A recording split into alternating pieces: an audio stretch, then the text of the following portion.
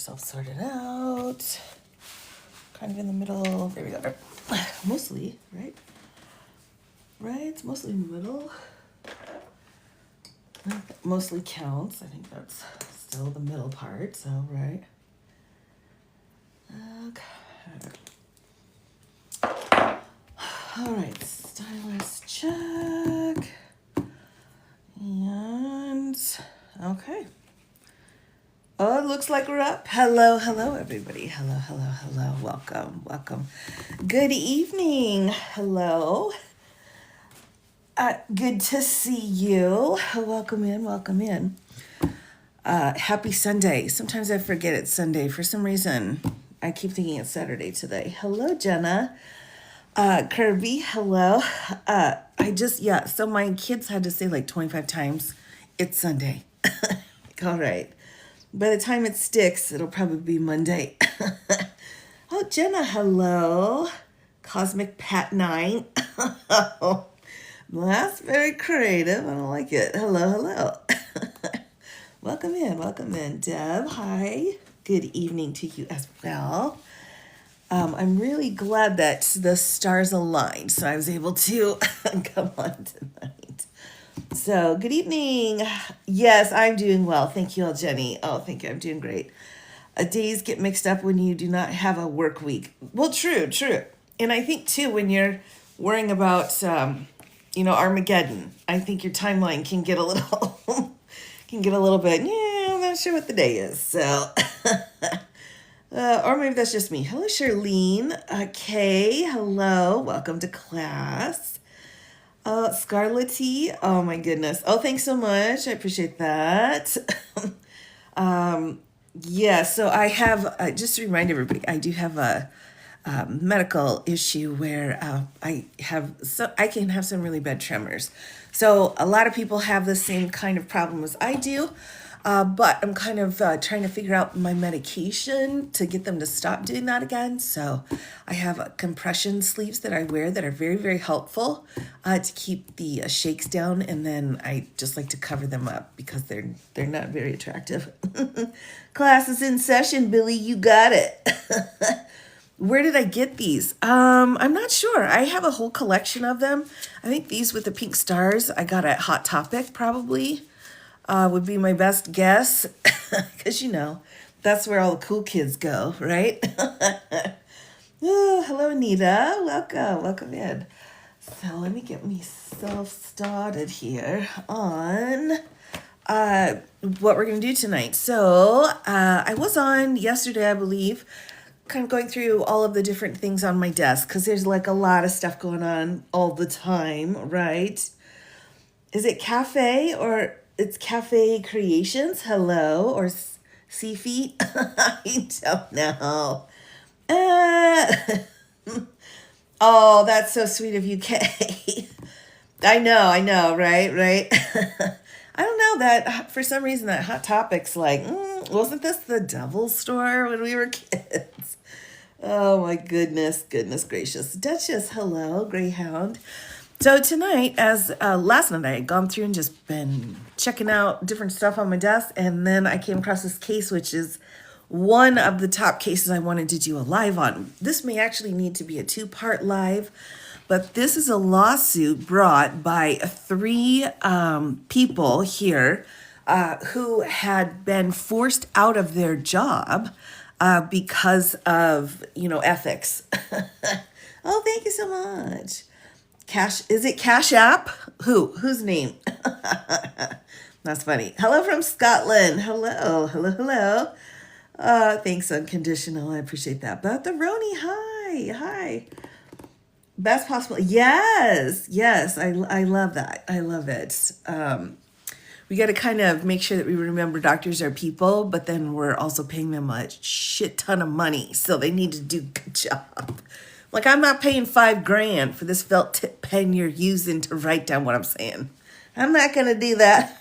Oh my gosh, quick side note. It was so expensive, even the pens that were being used.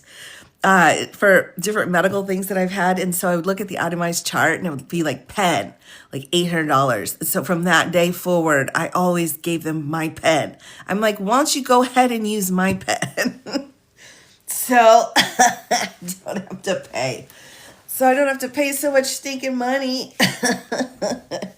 Oh my goodness. Oh, good times. I've forgotten about that, but those are good memories. Yes. Hello, Dolphin. I think I've only in my lifetime, I've only made three doctors cry. I've only made that happen 3 times. So I'm doing pretty good. That's a good range. So here we go. This lawsuit was brought against basically the FBI. And I'll walk you through it. There's a lot of stuff here, a lot of hinky business going on. This was filed in September, but just hasn't had a lot of movement yet through the courts. And of course, the DC court is incredibly busy right now. They've got a lot of stuff going on. So when you look at their docket, you can see it's pretty light on filings and such. So this is a good time to kind of go through this before the next big piece comes into play here. Oh my gosh. Oh, thank you so much. I hope it should be the gummy bear. Is it the gummy bear, everybody? I hope so. Is it? Oh, I hope I remember that correctly. I tried to get the gummy bear. That was my favorite. It's the gummy bear.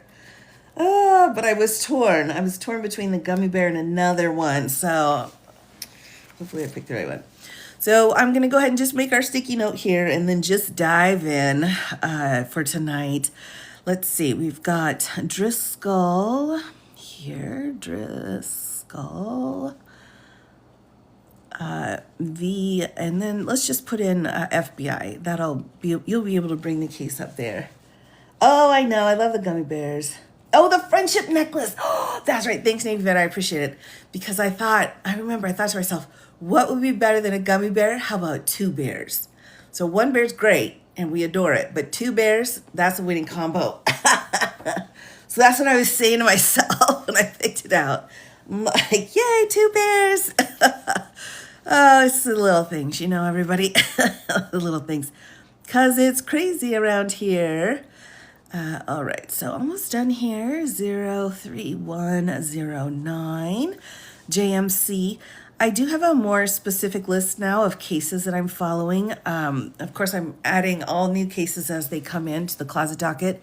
But the ones that I'm actually calendaring, I've got a short list of those. And I'll kind of go through that so we can go into the calendar and see exactly where those cases are. Been a bit scattered, but it's kind of been fun. I did like the Berenstain Bears, but I felt they were a little preachy. All right. That's my opinion. They seemed a little preachy to me. So I had to kind of be like, I don't know. Hello. Hi, Mary. Hi, CT. Yes, but I think I read the Berenstain Bears Get the Gimmies. I think that was my favorite one that I read to my kids. Like, stop asking for stuff. See, even this dumb bear knows you're not supposed to do that. I'm just kidding. I'm sure he's very smart. Oh my gosh. I went to Dairy Queen before I came on here tonight. I got a little sugar going. All right.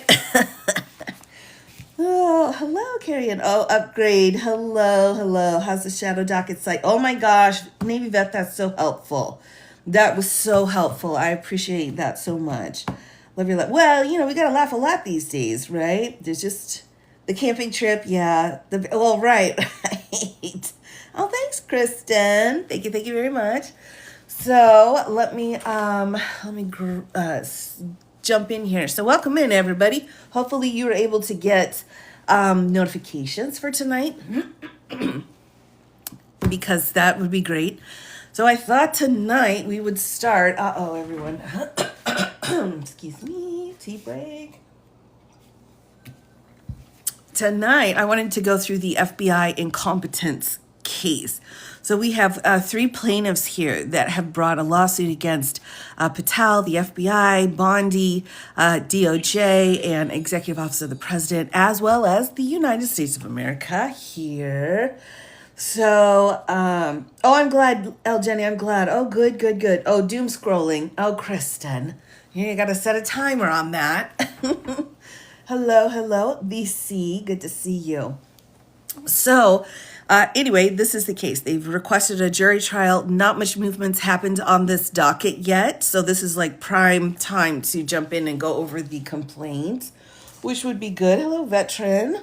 No, we're not at trial. Well, maybe. Who knows anymore, too. I wouldn't put it past the powers that be. So let's dive in, everyone. Moderators, I will just kind of leave things up to you at this point, but make sure to give a shout out if we need to go to pull wipe comments or whatever. I think things have been going really great recently, but just wanted to let you know if we need to. So let's dive in. We've got a jury trial demand, which is important. And here's our file number up here and the date that it was filed. So all the way back in September. So comparatively, this is like old school one. Here we go. Let me make sure I'm in place. Here's the complaint. Introduction. 4 decades, Brian Driscoll Jr., Stephen J. Jensen, and Spencer L. Evans served this country with distinction and courage as special agents and senior officials of the Federal Bureau of Investigation. So this is like the top of the top in the FBI. Over the course of their remarkable careers, they prevented terrorist attacks, rescued American hostages, saved children from predators, and disabled violent street gangs. Each day of their service was dedicated to protecting the American people and to fulfilling the oath they took when they joined the FBI to, quote, support and defend the Constitution of the United States and to bear true faith and allegiance to the same. I'm gonna grab a lozenge, everybody. It's lozenge time. Yeah, okay, I think you may be right. All right, so, hey, yo, what's up? All right, here we go. So we've got oaths that they've got concerns about here. Plaintiffs' commitment to these higher principles compelled them at all times to perform their duties free from political bias or influence. This same commitment galled defendants who initiated a campaign of retribution against plaintiffs for what defendants deemed to be a failure to demonstrate sufficient political loyalty. On August 8th, 2025, oh, hello, thanks so much. FBI Director Cash App, it's so funny. Cash. I'm sorry, everybody. I'm trying to be professional here. Okay, Mr. Patel terminated the plaintiff's combined 60 years of distinguished service in federal law enforcement with cursory single-page letters sent to each plaintiff. He did so in violation of federal law and the United States Constitution. So didn't even do a proper, fare thee well situation. Just sent out a couple of lines like you're done. After 60 years. Hello, Willie B. Hello. Hi, Sherry. That's pretty atrocious. I would have probably freaked out pretty bad if that had happened to me. Patel not only acted unlawfully, but deliberately chose to prioritize politicizing the FBI over protecting the American people.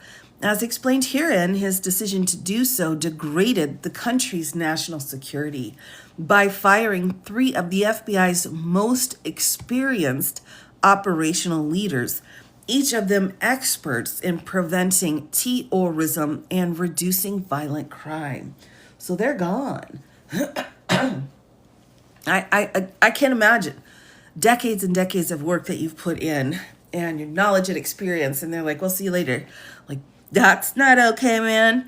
Patel openly acknowledged the unlawfulness of his actions. On or about August 5th, in a conversation with Driscoll, Patel plainly stated that reasoning behind his firing of FBI employees that Mr. Driscoll sought to defend. In sum and substance, Patel admitted that his superiors, who he referred to as they, and who Driscoll understood to include defendant Department of Justice and the White House, which encompasses defendant executive office of the president, and directed him to fire anyone who they identified as having worked on a criminal investigation against President Orange. Patel explained that he had to fire the people his superiors told him to fire because his ability to keep his own job depended on the removal of the agents who worked on cases involving the president. Let's pause for that. So it seems like I think we've got some threatening actions going on here. I mean, that sounds pretty threatening, don't you think? Like, you either fire the people we're telling you to fire or you're going to be gone. So, yikes. Yeah, that's pretty bad. Pretty bad. Patel explained that there was nothing he or Driscoll could do to stop these or any other firings because, quote, the FBI tried to put the president in jail and he hasn't forgotten it, end quote. Driscoll indicated his belief that Patel's reference to his superiors meant the DOJ and the White House, and Patel did not deny it. Right, well, it seems like everybody's got a price in these here times, apparently. When Driscoll explained that firing employees based on case assignments would be in direct violations of the internal FBI processes meant to adjudicate adverse actions and prevent retaliation based on case assignments, Patel said he understood that and that he knew the nature of the summary firings were likely illegal and that he could be sued and later deposed. But again, this is one of those moments, everyone, where we can say the administration is doing something illegal and then they just go talk about it like it's not illegal. And then all that gets brought into court. This is ridiculous. But I'm assuming that Patel probably just didn't realize it. He probably was just trying to be like, oh, well, it's them. It's not me. I'd keep if it was up to me. But, the powers that be said I had to let you go or else I'd lose my own job, right? You can kind of see how this is unfolding in here. All right, Patel's actions stood in stark contrast to his sworn testimony during his confirmation hearing before the Senate Judiciary Committee. There, he assured the committee and the country that all FBI employees will be protected against political retribution. An exchange with Senator Richard Blumenthal on the topic of firing agents who worked on criminal investigations involving the Orange proceeded as follows. So we've got a little bit of a dialogue going back and forth here to go through. Yeah, exactly.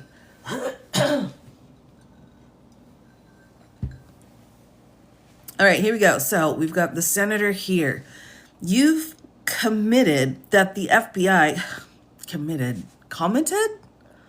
There should be an N there. I don't know. Okay, here we go. You've committed that the FBI will not be politicized. So here's your first test.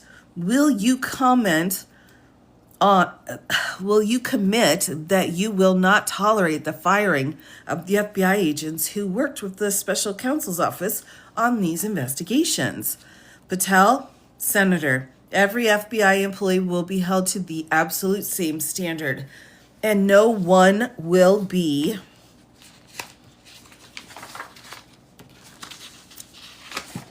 what? No one will be. Where'd it go, everybody? Oh, there it is. Terminated. I missed it. Look at this. This is what I was looking at. I'm like, what? Terminated for case assignments. Number 7. Right, he did. The thing is, though, when you're giving testimony to the Senate or to any legislative committee, just think about it this way. That's a quasi-criminal situation. It's not a full criminal situation. So you are under oath, but then the accountability element of contempt, goes down a much different road than it would be if we were in a regular court. Because they're not a court. I know they feel like they are, but they are not a court. Next, likewise, in his written responses to a Senate questionnaire, Patel repeatedly emphasized his commitment that personnel decisions should be based on performance and adherence to the law, and that every FBI employee will be held to the absolute same standard, and no one will be terminated for case assignments. He also asserted that he would ensure that the appropriate processes are always followed with respect to adverse actions against FBI personnel. So that's always one of those moments where you're like, oh, sounds good, but we can't implement it, right?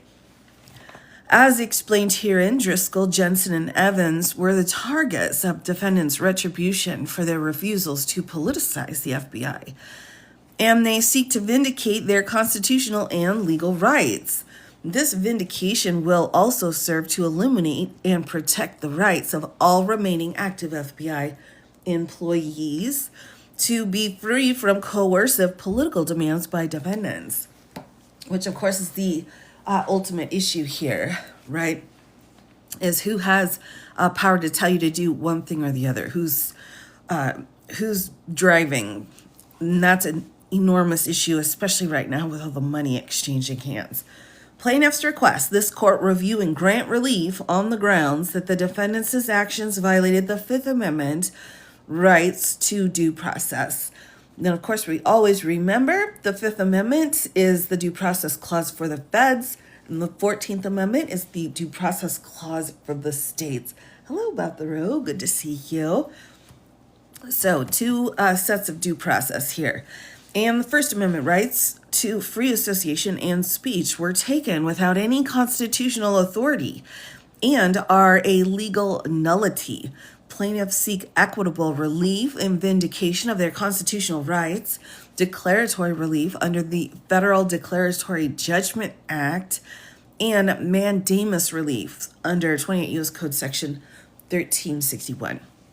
And this can be mandamus, whatever. This is a Latin term, and it basically translates into the court telling another government person to do something or to stop doing something. So the court really, gets into that moment and says no or yes.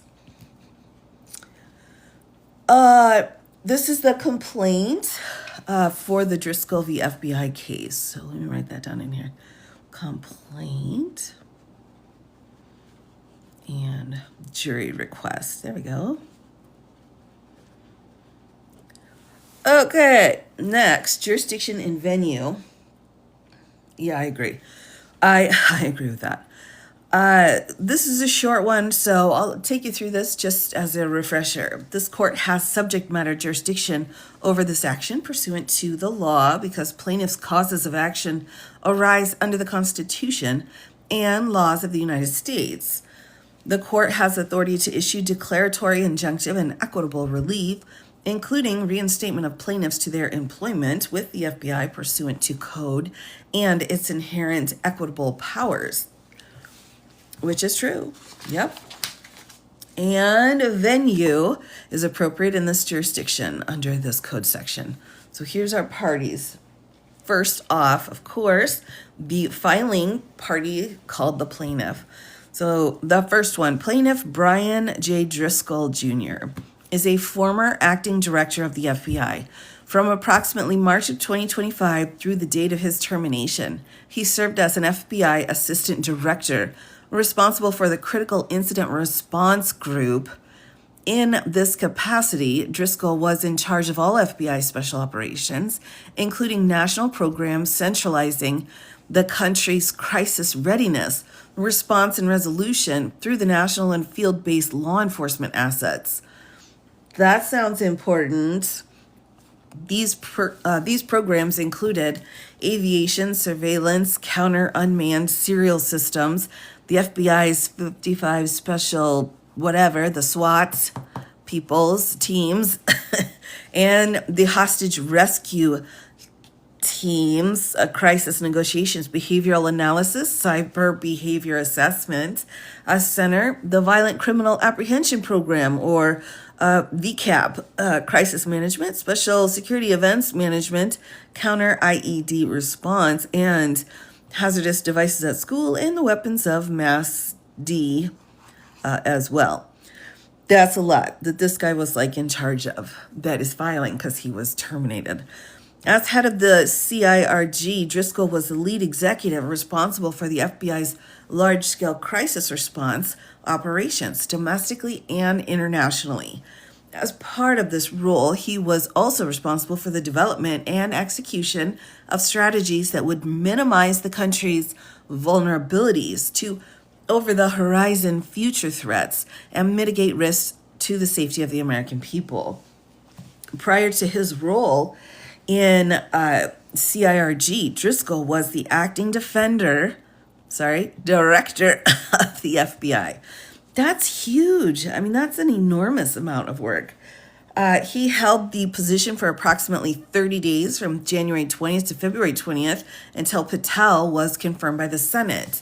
In this role, Driscoll worked closely with FBI leadership and the White House transition team. His goals during this time were to maintain the stability of the FBI, protect the American people, and uphold the United States Constitution.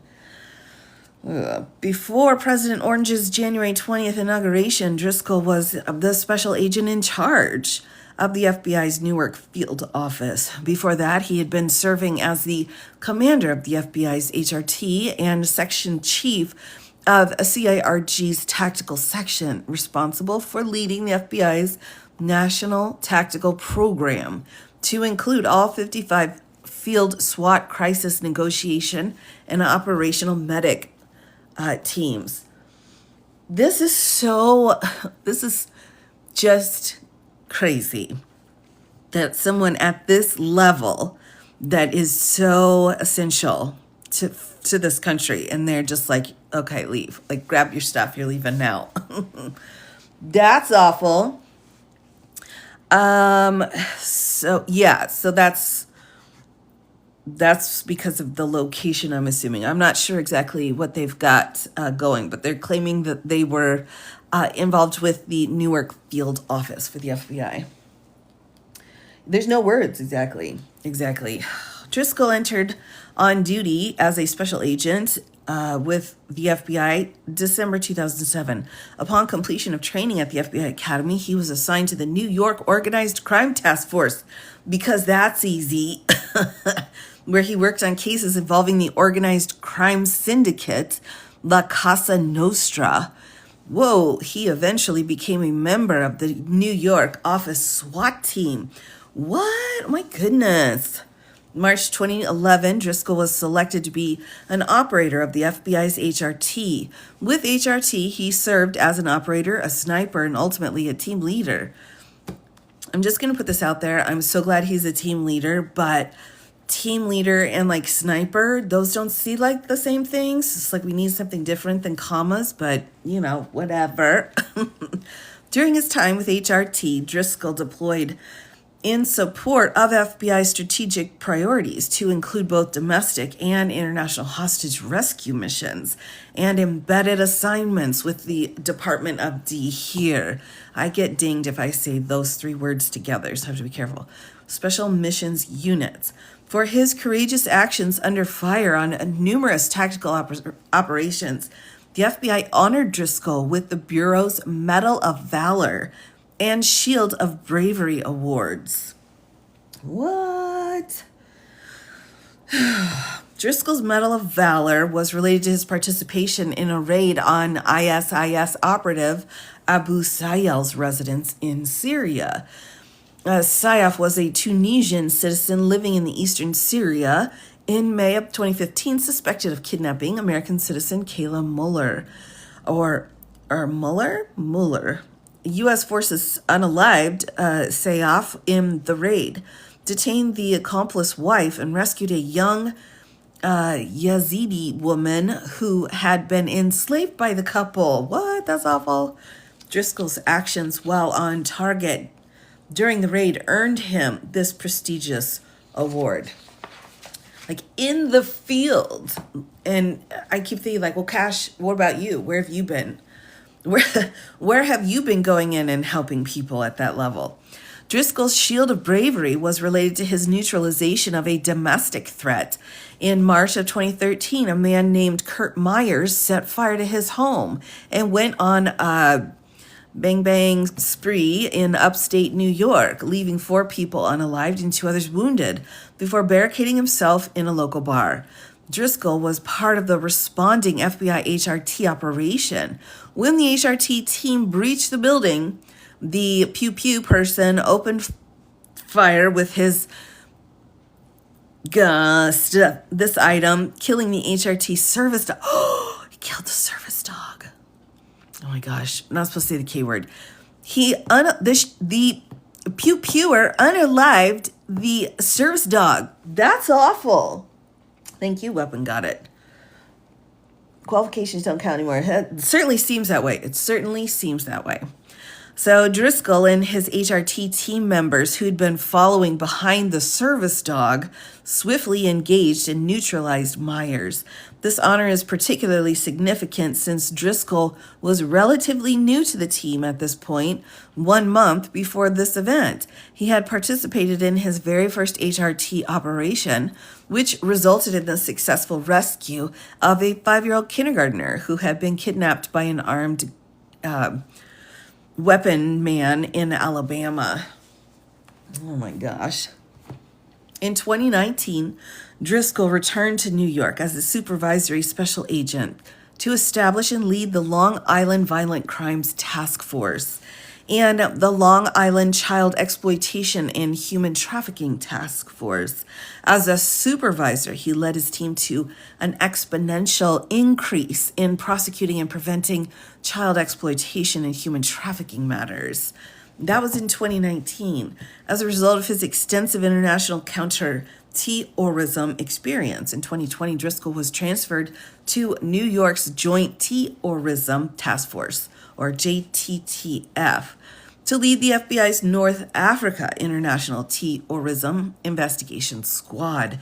In this role, he integrated closely with the United States intelligence community, this D place here, and foreign law enforcement and intelligence partners to quickly and effectively address complex counter-terrorism missions.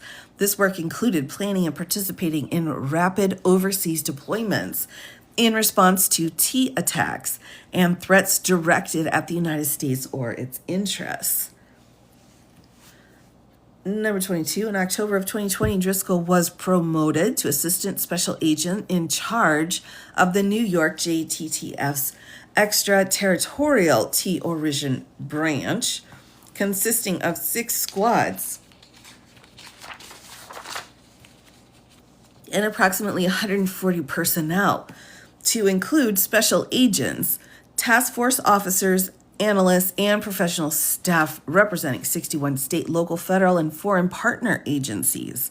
This branch was responsible for the leadership of global terrorism's investigative and operational efforts in Africa, Western Europe, and the United Kingdom and Canada. In 2021, Driscoll established and led the FBI's international response to the vetting of the refugees evacuating Afghanistan in 2021. With virtually no notice, he deployed overseas to help create enduring systems used by the U.S. interagency intelligence and defense apparatus that protected the homeland from dangerous actors who sought to take advantage of any disorganization following the Afghanistan withdrawal. Oh my gosh. Even before his time with the FBI, Driscoll was committed to federal law enforcement. From 2004 to 2007, he served as special agent with the Naval Criminal Investigative Service, working counter-narcs and undercover operations. What? Oh my gosh, it's overwhelming, everybody. It's a bit overwhelming. Like all agents in today's FBI, Driscoll achieved significant academic accomplishments. He earned a bachelor's degree in English from Villanova University and a master's degree in public policy and international relations from Pepperdine University. Driscoll became a member of the FBI Senior Executive Service in 2022 and remained so up until his unlawful firing. Based on the amount of time he spent in federal service, he would have been fully eligible to retire, but could not do so until he turned 50. Yeah, it seems like it. Yeah, I agree. All right, so there's the first guy. Next up, Plaintiff Jensen. All right, so that's, again, if you're talking about hiring people based off of merit, like that's the merit. If you're like, oh, do they have enough merit? Well, compare it to this guy, because this guy's got the merit, for sure. Partially responsible for the withdrawal catastrophe. It doesn't look like the withdrawal catastrophe was something that he focused on. He was working on programming and setting up different ways to make the transition go smoother, is what it sounds like to me. I certainly don't know off the top of my head about that. Right. All right, here we go. Plaintiff Jensen's the former assistant director in charge, ADIC, of the Washington field office. As ADIC, Jensen led the WFO from April 2nd through his termination on August 8th of 2025. One of the FBI's largest offices, WFO is located in the nation's capital and serves as a critical hub for federal, state, and local law enforcement coordination. Yes, Jay, it was I'm not sure I want to say complete failure, but then I would bounce back to you and I would say to you, Jay, well, what would you have done different, right? How would you have made it so that it wasn't a mess? That's the question I kick back to those saying like, oh, it was crap. I'm like, okay, well, how would it have not have been crap?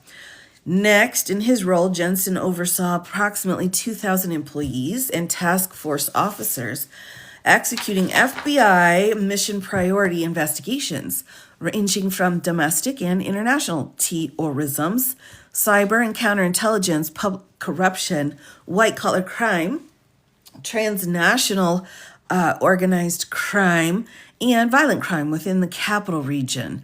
Due to the WFO's unique location, Jensen oversaw multiple specialized units whose primary responsibility included... I was going to say the same, BC. Yeah, it sucks. I mean, it absolutely could have been done better. And we don't know why. We don't know why they didn't coordinate and do it better.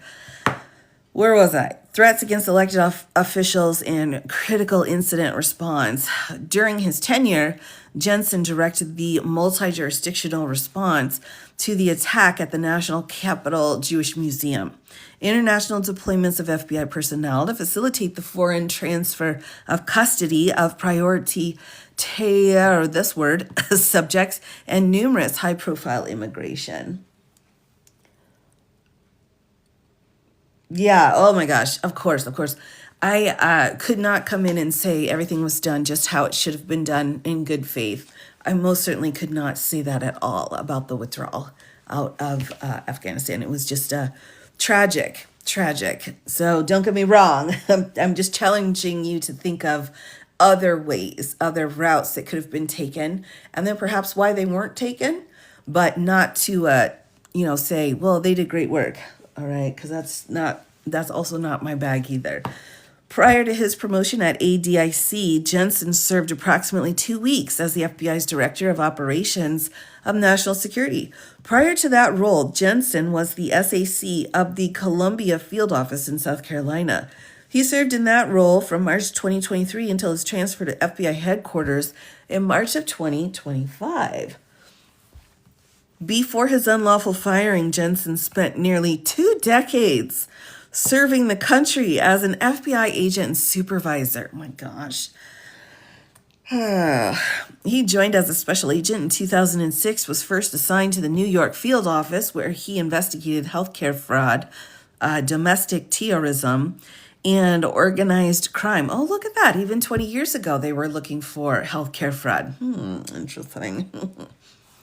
As a special agent, Jensen served on the SWAT team from 2009 through 2012, in which time he served as an operator, sniper, and instructor. He's a teacher. I mean, all these people that have had this much experience are going to be teachers, without a doubt. Well, in his role, he participated in numerous high-risk warrant operations, domestic and international dignitary protection details, and high-profile witness protection. For more than 16 years, he was certified as a special kind of arms and defensive tactics instructor. So, and another thing to think about too, with these three out, right? So here's number 2. Who do they have to replace him, right? I mean, he's almost irreplaceable from his training and education. And now who has that position? And if it's just off of loyalty, like, what is it, his butler? I mean, who has these high level positions? Because no one is going to be more qualified for it than the men that were in there before.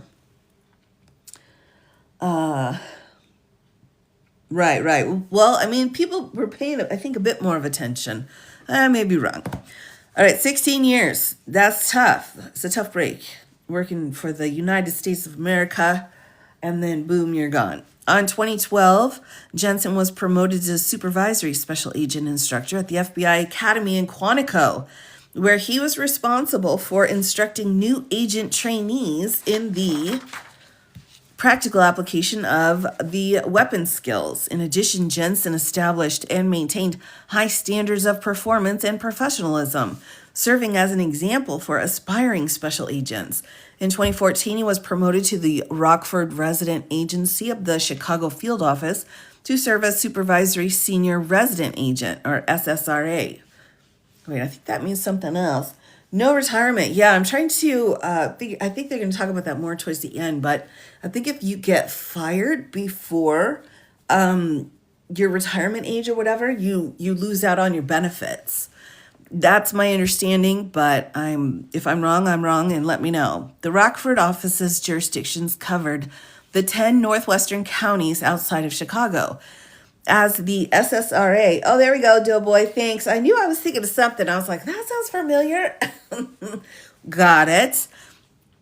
Jensen refocused the squad's investigations to reduce violent crime, investigate public corruption, and target violent crimes against children.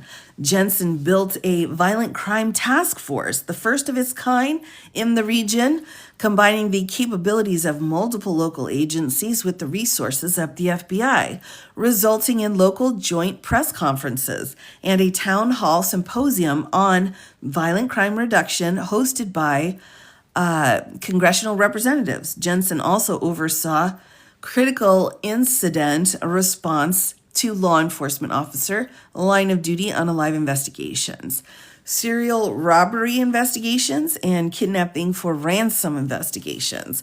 For his dedication to mission and leadership, Jensen was recognized by the FBI Chicago Executive Management with the FBI Medal of Excellence. Yikes. Next, in 2017, Jensen was named ASAC for the Jackson Field Office in Jackson, Mississippi. As the ASAC, he oversaw the national security, criminal, administrative branches of the Jackson Field Office and received a second Medal of Excellence for exceptional leadership across multiple FBI programs. In 2020, Jensen was promoted into the SES as a section chief of the Domestic Tea Operations Section, Counter Tea Division at FBI headquarters.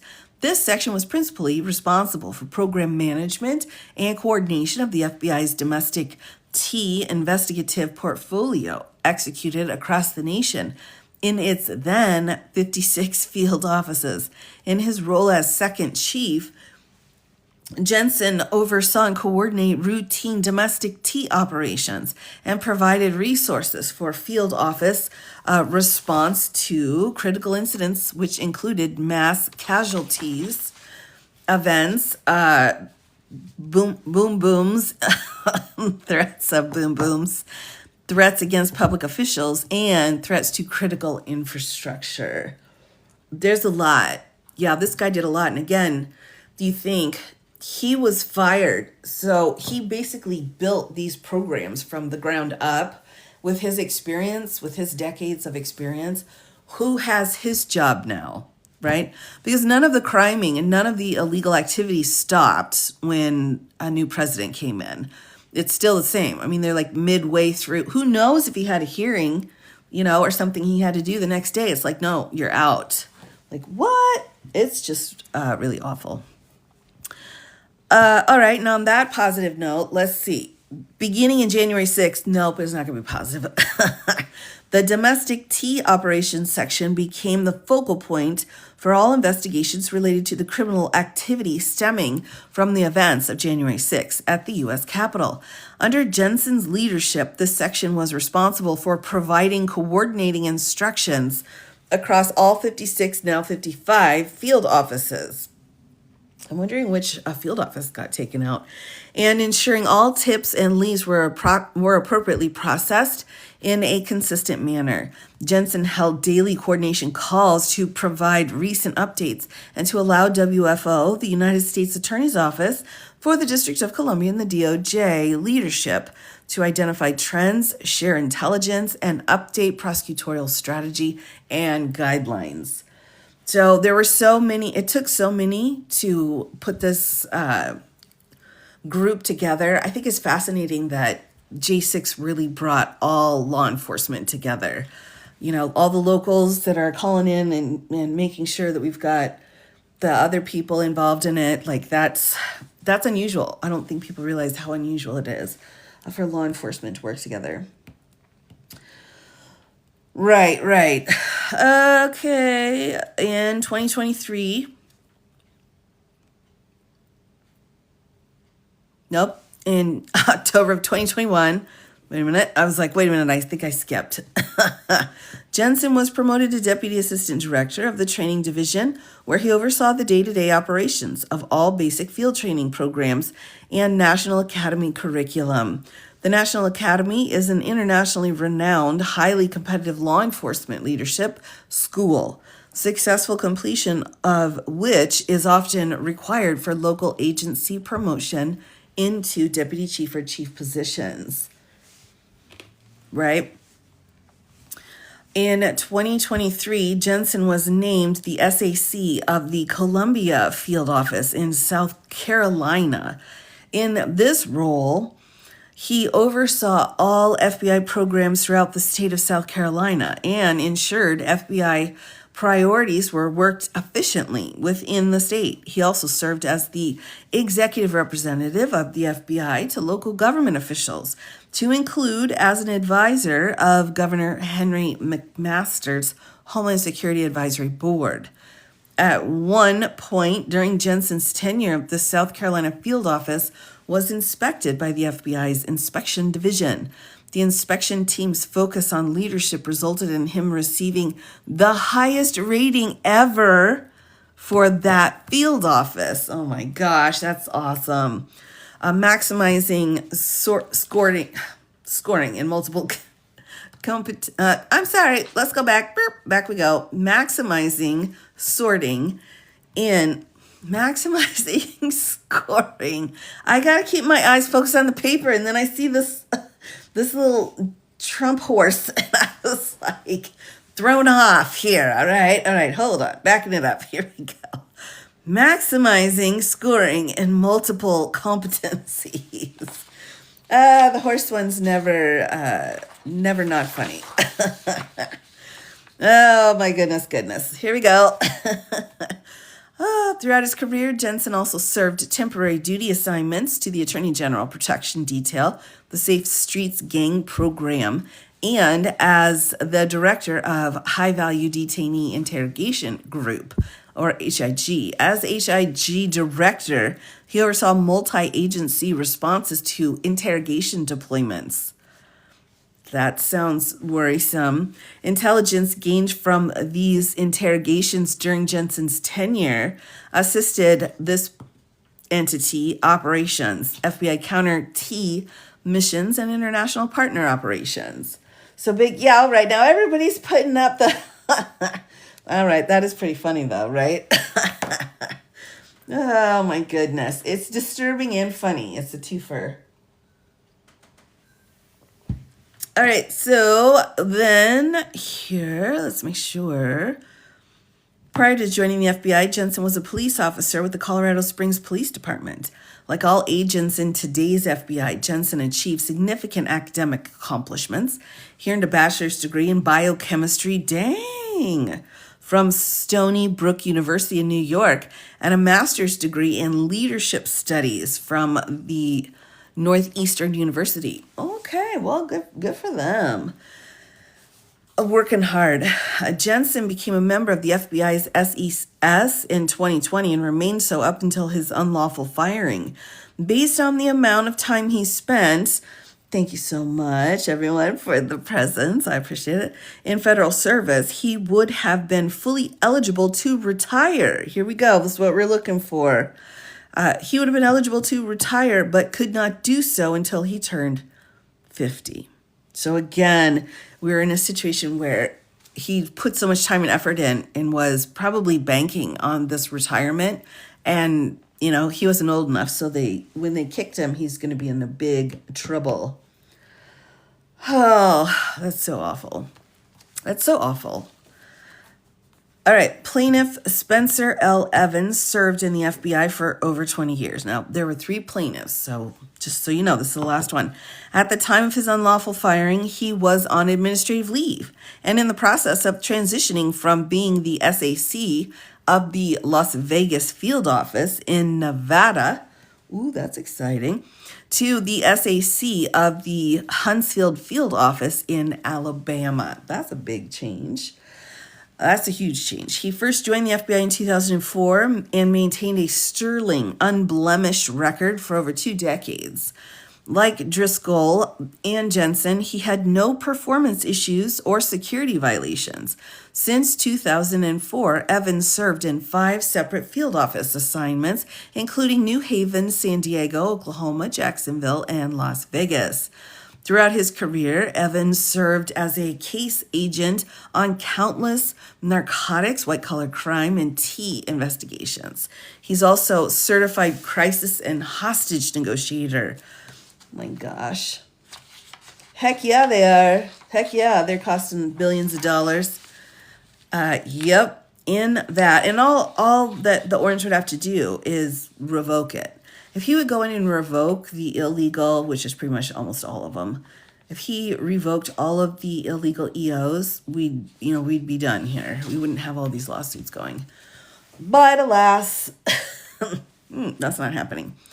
All right, so case agents on different kinds of things, and then in that role, he responded to international kidnappings of American citizens, including securing the release of multiple U.S. persons who had been kidnapped and held hostage by Mexican drug cartels.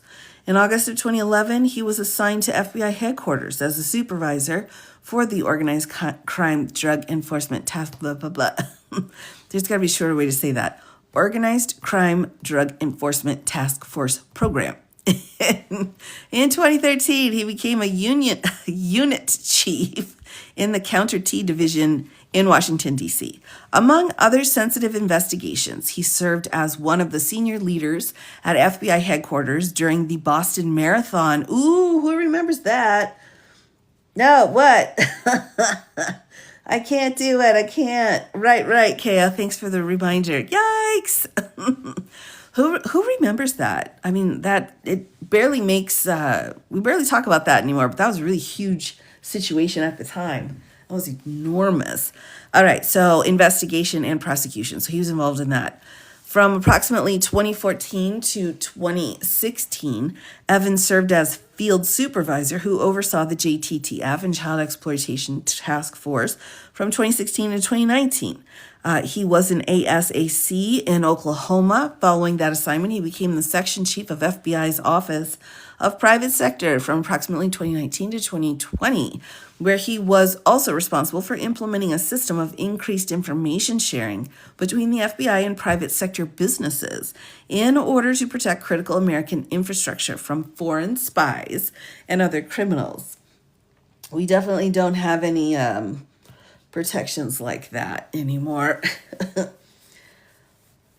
Yeah, Kim, it does seem we're becoming desensitized or a little bit. The one thing I've always tried to remember, just for me, this is just how I have remembered it, is when you start to feel like just apathetic about the whole thing. It's like, this is going to happen. It's all going to happen. We're all in it. Oh, look, another thing just happened. Whoop-de-doo-dah. What I try to tell myself is like, this is the only situation here. You can't compare this one to any of the others because today this happened. And, that's what makes it different from the others. It didn't happen yesterday, it didn't happen tomorrow, it happened today. And that's one way for me to try to remember, to not get pulled into like, well, it's all awful, so why do anything? So basically what I'm saying is you have to gaslight yourself, all right, as much as possible. Oh, we reached the goal. Oh my gosh, I'm so thankful. All right, everybody. Oh my goodness. Oh, I'm so excited. I'm so excited. Now I am going to try here. Here we go. Let me see if I can try. Oop, nope. Nope, that's not it. Hold on. 1 minute. Am I gonna be able to do this? Let's see. I don't know. Nope. That's not it. Oh, here we go. Here's this one. Oh, okay, I found it, everybody. All right. So here is my other one. Thank you all for being patient with me here. Here we go. I'll pick this one. Oh my gosh, it's so cute. It's just so cute. I can't help myself. All right, let me make sure. One more second here, everyone. All right, let's do that. And we'll confirm, and then we'll confirm again. Oh my gosh, I'm so excited. Okay, everybody, I reset the goal. I'm so proud of myself. Tell Aaron, if he comes through again, tell him, like, she even did it during the live. Yay! Yes! I mean, the kitty, right? Look at how cute those kitties are. Oh my gosh, I love it. I love it. Thanks, everybody. Oh my goodness. All right. Back into it here. Okay, so from approximately 2014 to 2016, Evans served as field supervisor, oversaw JTTF, Child Exploitation Task Force here. And then he bumped over to the private sector 2019 to 20. And then he became the assistant deputy director of the FBI's Human Resource Division. That was a tougher. Did we already meet the role? We got to get one with a higher value, but I'm just picking the okay. Oh, so fast. All right, everybody, hold on here. All right, well, there are several. I put a list together and organized it by color of which of the cute ones we want to do. All right, here we go. We're going to go do this again now. All right, here we go. Oh, there it is. Okay, so I love that naughty chicken, but we already did it. I know the naughty chicken's kind of like, meh, whatever. Let's see. Should we do, well, I already did that one too. Wow, everybody, you're just so generous. I'm not, hello. A higher number of kitties. Maybe I could do that. Well, and that's what I'm thinking. I do, though, have a bear with a sweatband on. That's stinking annoying. Gorgeous. That's laughing me out here. How about we do the Sweaty Teddy? Who named it that? That's awful. That's an awful name. I have priorities, Thomas. That's right. If you're not cute, you're not getting picked. You're not going to get picked. All right. Oh, let's class the place up a little bit here. All right. Might last. I know, right? All right, everybody. Here we go. This is, all right, we're doing my favorite one here. That I'm like, I won't do that one for a while, but then here I am doing it because I adore it. So here we go. Oh, thank you so much, everyone, for your patience. I appreciate you. Okay. Well, I don't know. Don't feel obligated, everybody, all right? This is just a friendly, just putting it out there so that Aaron can be proud of me for doing that. All right, there we go. Not the Sweaty Teddy. Yeah, I mean, that made me feel uncomfortable. So no, we got the we got the teddy bear. The teddy bear's not coming back. He's not coming back. Right. Oh, gummy bears. Yay! That's what I'm talking about. Yay, the gummy bears finally. Oh my goodness. Okay, on computer to see. Oh, really? There's like goals and stuff, Chris. I knew it. I knew there was something else I was forgetting. Oh my goodness. It's just fun. It's just good, clean fun, everybody. Oh, look at the little puppy, the little corgi going by. All right. Squirrels. Got to come back. I love the heart. That's the best part of it. After leaving FBI headquarters, Evans became the SAC of the FBI's Las Vegas field office. Under his leadership, the FBI saw a dramatic increase in cooperation and partnership with local law enforcement partners in the region, assigning new FBI employees to work directly with them on localized investigations and assignments. In the months leading up to his termination, he oversaw the FBI investigation of the January 1, 25 Tesla Cybertruck situation in front of a Trump International Hotel in Las Vegas. I had almost forgotten about that. Yeah, it's the dog. I mean, if you got it, if you can shake it, shake it. You know what I'm saying? And that includes cartoons or whatever's. But this, taking it back for a minute, I had forgotten about this, quite frankly. I'm glad to be reminded. It was this year that this happened, when that stuff got set on fire. For Ted Cruz, no, he further oversaw the March 2025 investigation into Tesla attacks in Las Vegas, which culminated in charges against 3 individuals. All right. Shortly before his unlawful firing, Evans was elected as a representative to the FBI Director's Special Agent in Charge Advisory Committee. That's huge. He was chosen by his peers, that is, other SACs, to hold this position. In fact, the Las Vegas field office was inspired by the FBI's inspection division in 2024, and he received exemplary leadership scores. Those goals and scores together. Scores. It was noted that his proactive support for and engagement with local law enforcement partners was a best practice to be emulated across the entire FBI. Evans also received numerous incentive awards and was recognized by the Domestic Security Alliance Council as their 2024 recipient of the Distinguished Achievement Award. In August of 2025, following his termination, he received a Community Achievement Award. Oh my gosh! So he was fired, and then he received another award from the Asian American Group, which annually honors a law enforcement leader every year for keeping the Las Vegas community safe. That's so awful. That's so terrible. Yes. I mean, so incredibly smart, capable. I mean, you're not going to find anybody, honestly, as experienced as these 3 for this kind of a position. Because everyone knew that's being hired starts at, ground zero.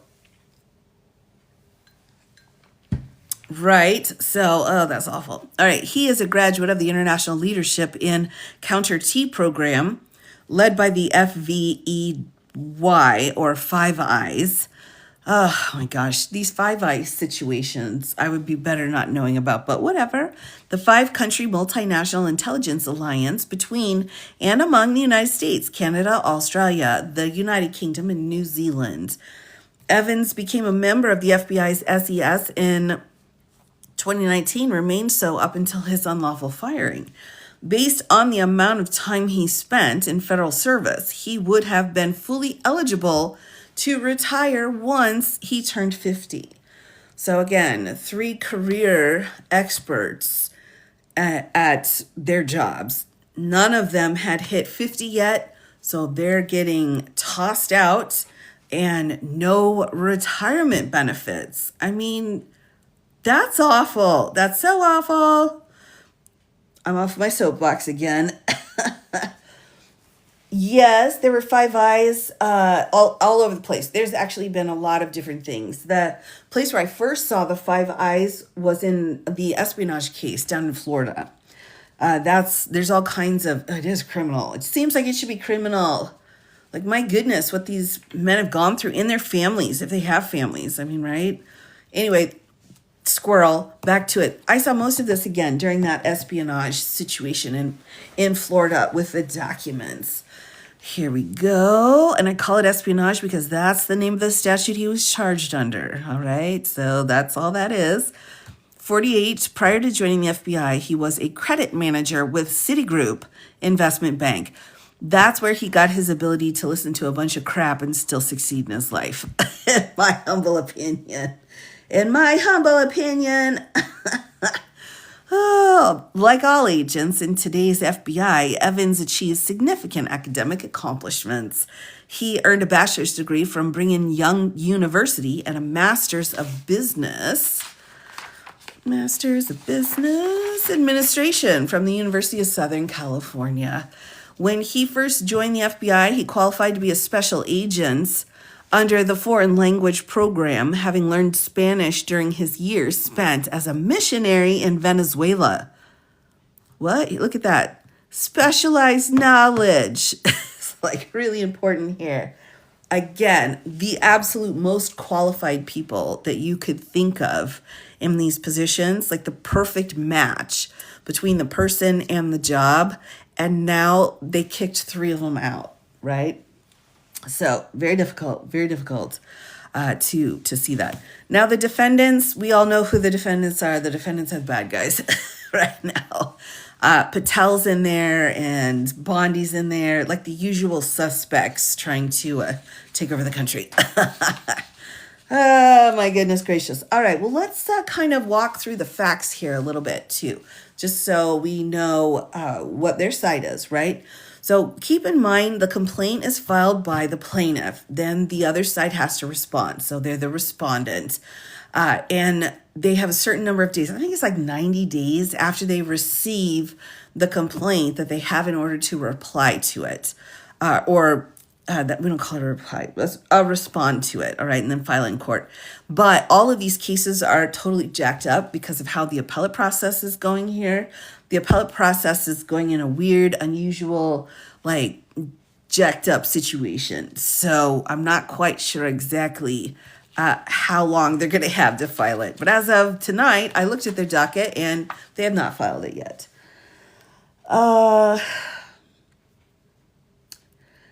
Yeah. Less than half of a sheet that shows everything we need to know. Genius. That was a genius statement. Who said that? Hello. Kay, genius. All right. Thanks, Kay. I'm just going to put that up here. So just so that we all remember. I'm going to say it wrong. Is it C-A-Y-K? We'll do this and I will apologize ahead of time. Good job, Kay. This is a filing, George. We're going through it's C-A-Y. Oh, thank goodness. Yay. So I'm going through the complaint filed against the FBI for 3 terminations, unlawful employment terminations. Thanks. Yay. All right. Okay, everybody. Now let's dive into the facts here. All right. So let's see. Facts. What you don't like to see is a footnote next to facts. You just don't. It doesn't matter whose side you're on. You don't want to see that. So let's take a look here. Here's the facts down here. This is, again, the plaintiff's complaint, and they're asking for a jury trial. The facts alleged in this section are based primarily upon the first-hand knowledge, best recollections, and or communications of and involving plaintiffs, unless otherwise indicated with quotation marks.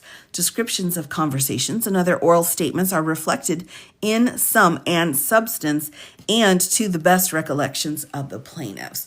So just as a friendly reminder, they're saying we've got a lot of statements. They're probably kind of setting this up for, oh, Kay, look how sweet. Kay's blushing, everybody. Oh, you're so sweet.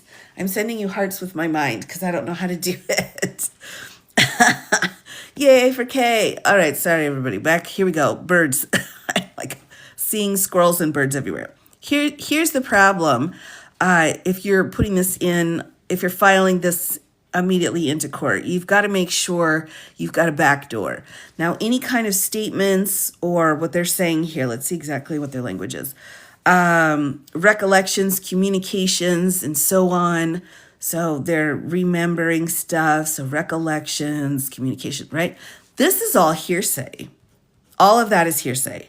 If hearsay is very, very simply put, a statement made outside of court, right, that could be used to prove the truth of the matter asserted. That's the legal language. So it's hearsay, it's made outside of court, and the substance of the statement is so important it could actually help the case. The other thing with hearsay is you need to get the person that made that out of court statement to come in as a witness. That's the other requirement that we have on hearsay. We also have 27 exceptions to hearsay. So if they're coming in, they're like, oh, that's hearsay, objection, it's hearsay. And you say, no, that's an exception under the public records exception for hearsay. So hearsay can get complicated and tangled up. It was one of my favorite units to teach, though, so because I'm a dork. Attorney arising, yes. Right, exactly. So there are protections put into place. We're very careful with hearsay. There's multiple objections, multiple ways you have to go through the whole process. I would say hearsay objections are the ones that are the most carefully watched to make sure on both sides. Teach us hearsay. I don't know, Doughboy. I don't know. I think I have a playlist of some of my rules of evidence. They're really, really old posts. But A tells B and B tells C, so A to C transition is hearsay. So, right, and you're not wrong. But for legal purposes, it's not even that complicated. It's very simple. Was a statement made not in court that could help prove the truth of the matter? So that's all it is. You could be the one saying it. You could be the one saying the hearsay. So you're like, well, I thought that was going to happen because I saw somebody trying to, get out of the trunk of the car, but they couldn't get the door open and off they go. All of that can be used. It's all hearsay, but it can be used. Excited utterance or observation of the time, those kinds of things. A dork in the best way. Oh, that's so sweet. So yeah, right. Hearsay is not allowed because it has an innate, corruptive element to it. In my humble opinion, it means you can't trust it. So the courts have said, though, these 27 exceptions, you can trust it. So that's a long road. Why is such statements not used in court then? So, right. We can use them in court. We can. You just have to find the right key to unlock hearsay, all right? And also, hearsay can be used during civil litigation. It's used differently. Family law is used differently. Only in criminal courts, we specifically rely on the rules of evidence, although the states might toss in their hearsay also with that, but it's very simple. It's a statement, so you got to define a statement, and made outside of court, made out of court, outside of court, hearsay in 3 minutes. Can we do it? Yes, we can. Outside, to prove the truth of the matter asserted. Now, if you want the federal rules, we've got Rule 801 is defining hearsay. 802 says these are federal rules of evidence, says you cannot use hearsay.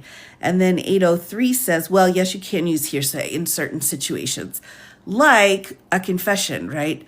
So if and I won't go too far into the weeds here, but if somebody is in the cop house, right, and they're writing out their confession, the confession is hearsay.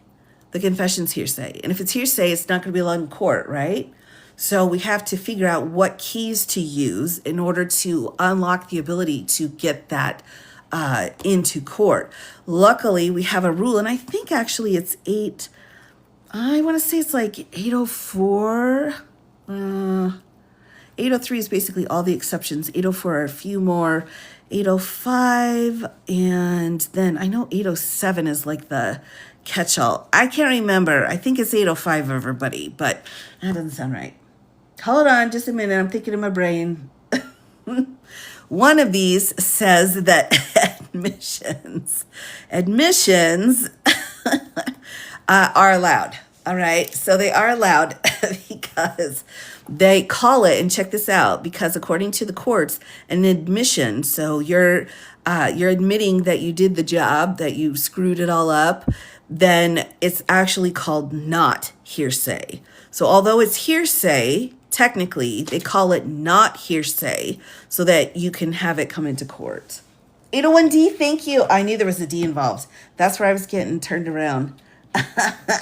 That's why I was like, what section is that? Yes, well, I think the rules you use the most, you tend to remember.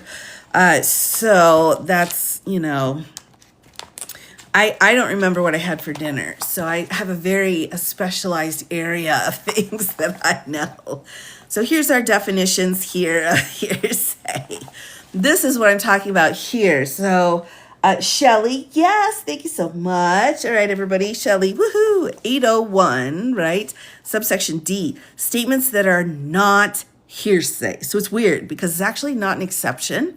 There's not an exception you're going to use here, although if you have it challenged that, it's not an admission, you'd have to find a different way to get it in. But if it is an admission, then it's technically called not hearsay. That's the label. If you try to say, well, it is no longer hearsay, that's going to get confusing. So the title, we have hearsay, we have not hearsay, and we have hearsay exceptions, right? And then down here in subsection D, we have prior statements made here, subject to cross-examination, set in there, opposing party statement. Here is the big piece right here. Statement is offered against the opposing party and was made by the party, and so on and so forth. So this basically sets out that if we've got co-conspirators, that can be used as well. And let me just make sure here I got this rule right. Yeah, so all of these are basically saying if you've got an admission of something that the bad guy said, this is the Rules of Evidence 2025 edition. It is online for free if you're interested. So yes. Right here, we've got Federal Rules of Evidence. They put it out every year. So this is the 2025 edition. I'll have to get the 2026 edition. These are great. I think this is a great thing. If you're wanting to grab, a couple of things that help you with just building up your basics on law, which if your basics aren't down cold like muscle memory, it's going to be really hard to move forward. But the rules of evidence are incredibly important. I would also, while I'm recommending, if you're going to law school or you are a 1L, I highly recommend having some location of a Black's Law Dictionary. Now, this is the huge textbook. Mine's not. Mine's like a little fit in your pocket. But this is really helpful because 99.8% of the words that they're going to be using that you have to read and understand as a paralegal, as a lawyer, anyone going in the legal field, you're going to have no idea what they're saying. So you're going to be using this constantly. In fact, I used mine during class. The professor would be like, blah, blah, blah, blah, blah. And I was like, what was that word? And then because I learned, all right, side quest. I learned the hard way. You should try to look up what the word means before you ask the teacher, because I think, I don't know, second day of law school, criminal law, which was my area that I really liked. And the professor was like, blah, blah, blah, blah, blah. And I was like, what word was he using? Was he using that B word? Because I don't think that's what that B word means. So I was ready to argue and tell the teacher, you're using the word wrong. Why? Because I had just that big of an ego at the time. Oh my gosh, this is so funny. So anyway, the teacher used the B word again. And I raised my hand because I'm an idiot. Oh my gosh, what? Chapter, Yes, logs. Yeah, of course they would. Absolutely. Great question. Yeah, they'll be deemed as hearsay. Anything like that would be hearsay. But anyway, so I raised my hand and I said, I don't think you're using the right word. And then I said, he's like, really? What do you mean? I'm like, well, in the UK where I've studied, because I was trying to be all cool, I'm like, this has a little different meaning. And he's like, well, the B word that we're using is anal grape. That's right. That's right. So I put my hand up to tell the teacher that that was just a funny word that's tossed around at the pubs in the UK. And the whole class just stopped once he said what it actually was. And I was like frozen to my chair and everyone's looking at me. I'm like, what?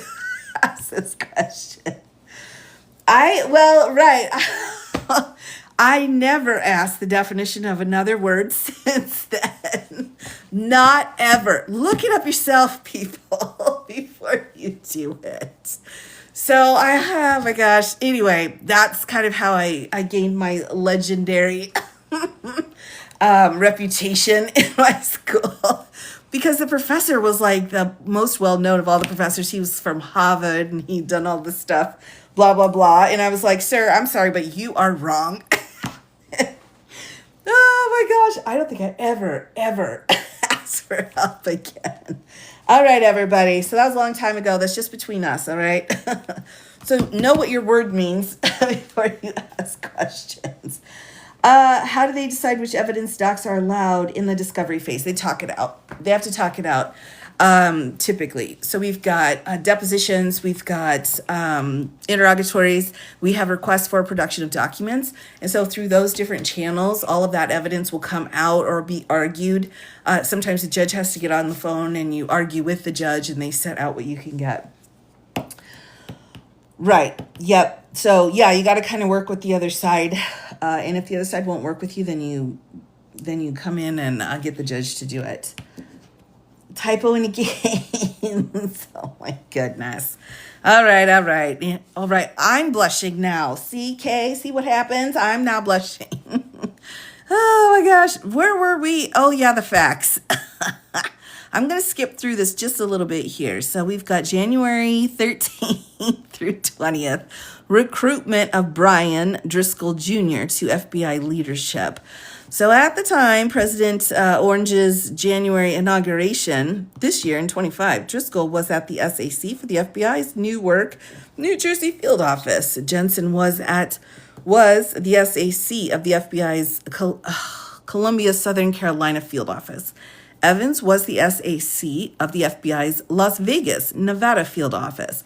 At some point during the week of January 13th, Driscoll received a phone call from a retired FBI agent, Michael Clark.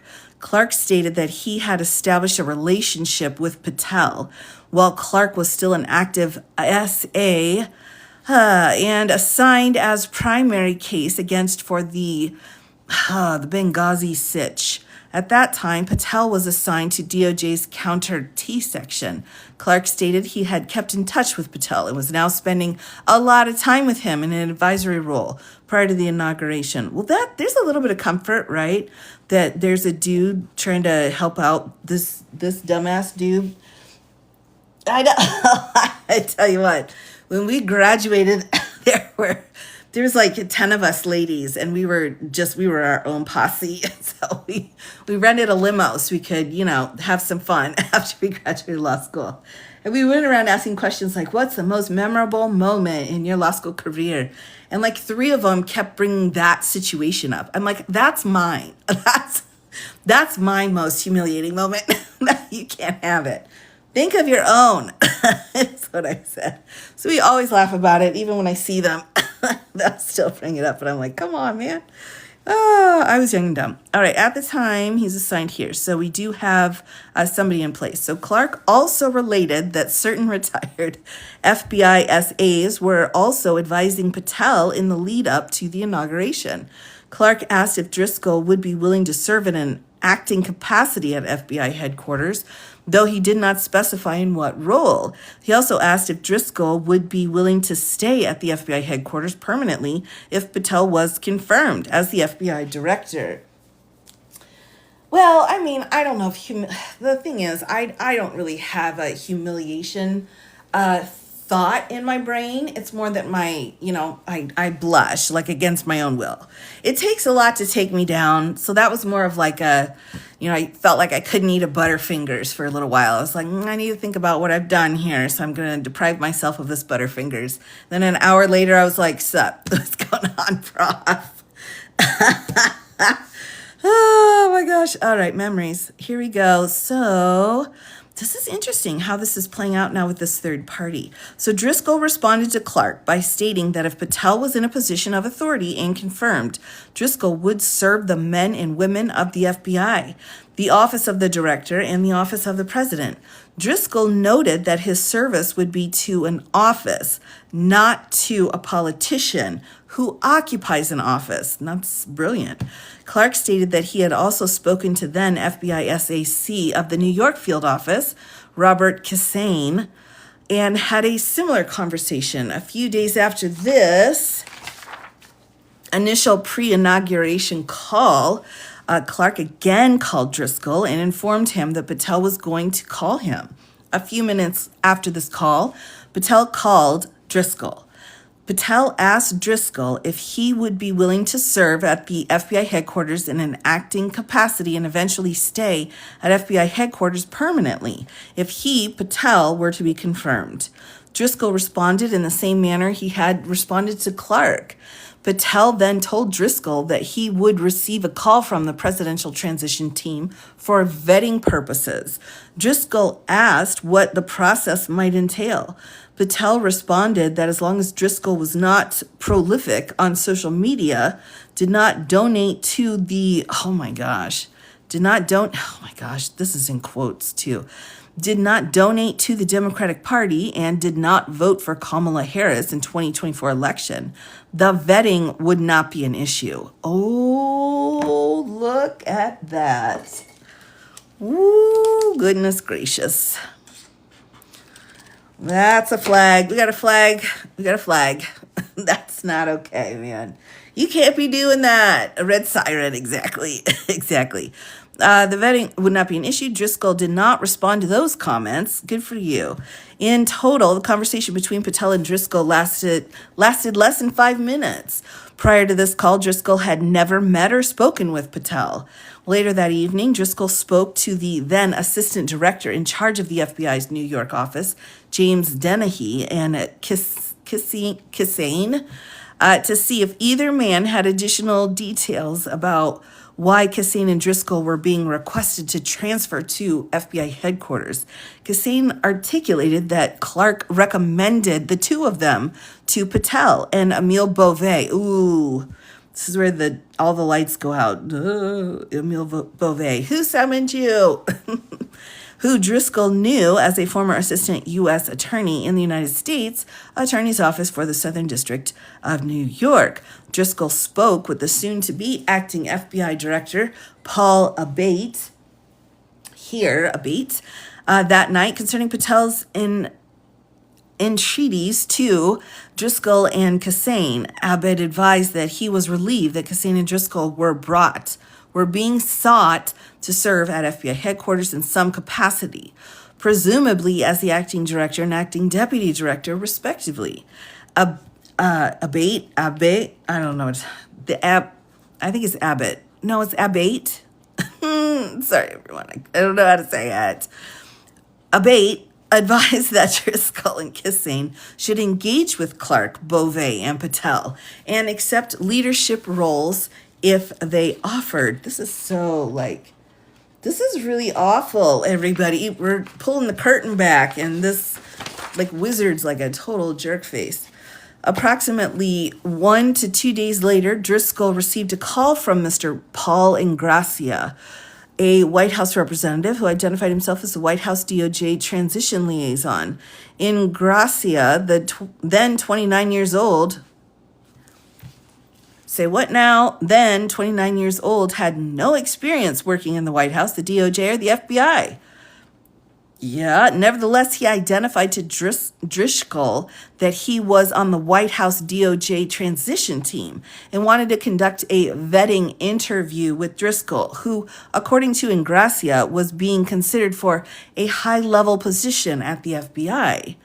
Driscoll conferred with the FBI Newark Chief Division Legal Counsel to confirm it was legally appropriate to call Ingracia back.